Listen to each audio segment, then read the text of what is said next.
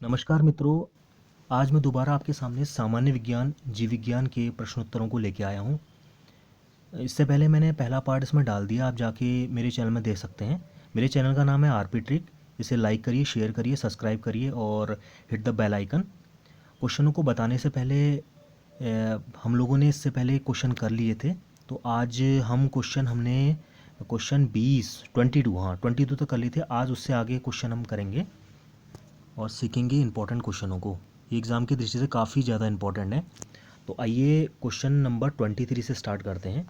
23 में क्या कह रहा है कि इस क्वेश्चन में ये है कि निम्नलिखित में से कौन सा विश्व का सबसे बड़ा पुष्प है, यानी कि पूरे वर्ल्ड में सबसे बड़ा फूल कौन सा है। ये आप लोगों में से जानते हैं बहुत लोग इसका आंसर, फिर भी मैं इसके ऑप्शन आपके सामने बोलना चाहूँगा। पहला ऑप्शन है कमल, सूर्यमुखी, रिफ्लेशिया या ग्लोरी लिली। तो इसका सही आंसर होगा रिफ्लेशिया। रिफ्लेशिया एक ऐसा फूल है जो वर्ल्ड में सबसे बड़ा है। आइए नेक्स्ट क्वेश्चन में चलते हैं। मलेरिया निदान हेतु ऑर्टिथिर नाम की औषधि प्राप्त होती है। मलेरिया निदान हेतु और टीथर नामक की औषधि प्राप्त होती है। आपके ऑप्शन हैं बीजी पादप से, कवक से, जीवाणु से या फिर काई से। तो इसका सही आंसर होगा बीजी पादप से, और टीथर नामक की औषधि बीजी पादप से प्राप्त होती है। नेक्स्ट क्वेश्चन है, निम्नलिखित में से कौन सा जोड़ा गलत है, यानी कि अनमैच्ड पेयर है, जो मैच नहीं कर रहा है। ऑप्शन है आपके अमरूद, सरसफल यानी कि गुआवा बेरी, आम, अष्टिफल, अनानास, सोरोसिस या फिर सूरजमुखी संपुट। तो इसका आंसर होगा, इसका सही आंसर है सूरजमुखी संपुट। सूरजमुखी संपुट इसका गलत जोड़ा है। आइए नेक्स्ट क्वेश्चन पे चलते हैं। नेक्स्ट क्वेश्चन क्या है, दूध का दही में परिवर्तन किसके द्वारा होता है। कल इसी तरह का क्वेश्चन आया था हमारे सामने।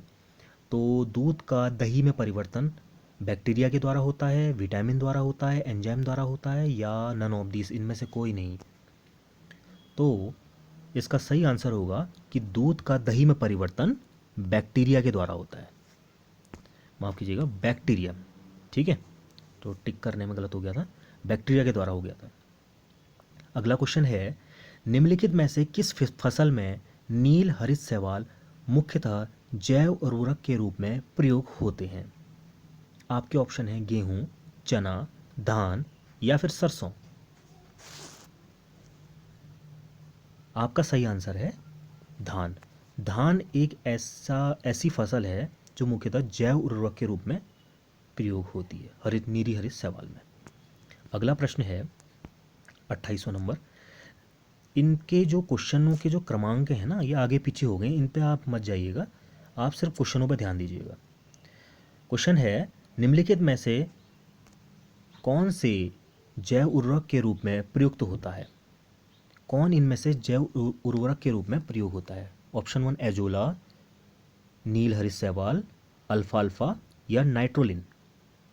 आपके ऑप्शन है 2 4, 1 2 4, 2 3 4 या 1 2 3। इनमें आपने मैच करके बताना है। तो इसका ऑप्शन का सही आंसर हो सकता है, इसका सही आंसर है ऑप्शन डी 1 2 3। इसका मतलब है कि एजोला, नील हरित शैवाल, अल्फा अल्फा, ये तीनों क्या हैं, जैव उर्वरक के रूप में प्रयुक्त होते हैं। अगला क्वेश्चन में हम चलते हैं। निम्न में से कौन एक जैविक उर्वरक है। निम्न में से कौन एक जैविक उर्वरक है। यूरिया 2,4D, स्टेप्टोसाइक्लिन या फिर एजोला।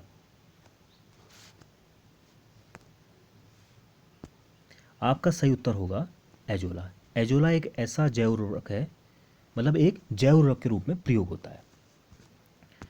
अगले क्वेश्चन में हम चलते हैं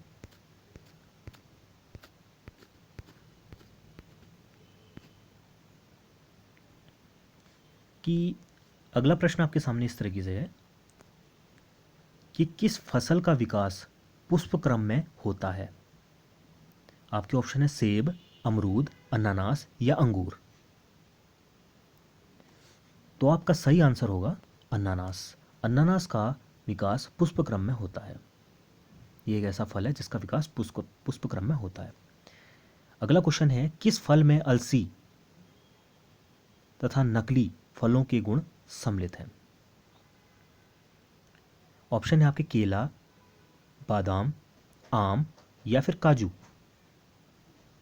नकदी फसल, माफ कीजिएगा, फलों के गुण हैं नकली फसल, असली और नकली फसल के गुण हैं। तो आपका ऑप्शन ये है, इसका होगा काजू। काजू एक ऐसा फल है जिसमें असली और नकली फलों के दोनों के गुण सम्मिलित हैं। अगला क्वेश्चन है अमरबेल कुस्कुटा है। अमरबेल क्या है मतलब। ऑप्शन है आपके आंशिकी तना परजीवी, पूर्ण तना परजीवी, आंशिकी मूल परजीवी या पूर्ण मूल परजीवी। तो इसका सही आंसर होगा ऑप्शन बी, पूर्ण तना परजीवी।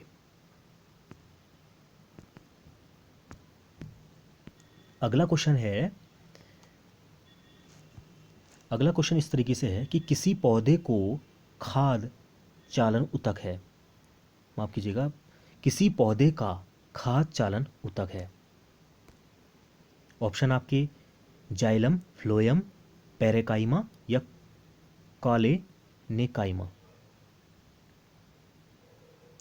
आपका सही उत्तर होगा फ्लोएम। फ्लोएम इसका सही आंसर होगा, ऑप्शन बी फ्लोएम। अगला क्वेश्चन है पौधे के किस भाग को केसर के रूप में इस्तेमाल किया जाता है। आपके ऑप्शन हैं बाह्यदल, पंखुड़ी, पुंकेसर या फिर वर्तिका तथा वर्तिकाग्र। किस भाग को, केसर के किस भाग को, माफ कीजिएगा, पौधे के किस भाग को केसर के रूप में इस्तेमाल किया जाता है। तो ये है इसका आंसर पुंकेसर। पुंकेसर, माफ कीजिएगा, पुंकेसर जो है ऑप्शन सी इसका सही आंसर होगा। अगला क्वेश्चन है किसी वृक्ष को अधिकतम हानि निम्न में से कैसे पहुंचती है। आपके ऑप्शन है उसकी पत्तियों में से आधी का नाश करके, सभी पत्तियों का नाश, उसकी आधी शाखाओं का नाश या फिर उसकी छाल का नाश। आपका सही उत्तर होगा ऑप्शन डी, उसकी छाल का नाश करके। उसकी छाल का नाश करके अधिकतम हानि वृक्ष को पहुंचा सकते हैं हम। अगला क्वेश्चन, पौधों में रस आरोहण किसके द्वारा होता है। यानी कि रस आरोहण मतलब चढ़ाव, चढ़ता किसके कारण है। ऑप्शन है आपके मज्जा, फ्लोएम, कैम्बियम या फिर जाइलम। तो आपका सही आंसर होगा ऑप्शन डी, जाइलम। जाइलम के द्वारा ही आरोहण यानी कि पौधे में रस का चढ़ाव होता है। अगला क्वेश्चन है कि पौधे का जल मूल रोमों तक किस दबाव से पहुंचता है। आपके ऑप्शन है वायुमंडलीय दबाव, केशिका दबाव, मूल दबाव या फिर परासरण दबाव। आपका सही उत्तर इसमें होगा ऑप्शन डी, परासरण दबाव। अगला क्वेश्चन है और लास्ट क्वेश्चन है कुनैन जो मलेरिया के लिए एक प्रमुख औषधि है प्राप्त होती है। आपके ऑप्शन है आवर्तबीजी पादप से, बैक्टीरिया से, यीस्ट से या फिर शैवाल से। तो आपका सही आंसर होगा ऑप्शन ए, आवर्तबीजी पादप से। तो ये थे दोस्तों क्वेश्चंस जो एग्ज़ाम की दृष्टि से इम्पोर्टेंट हैं ही, और साथ ही साथ बायोलॉजी में भी काफ़ी इम्पोर्टेंट है। तो इसी तरह की सीरीज़ मैं आपको देता रहूँगा। तो धन्यवाद।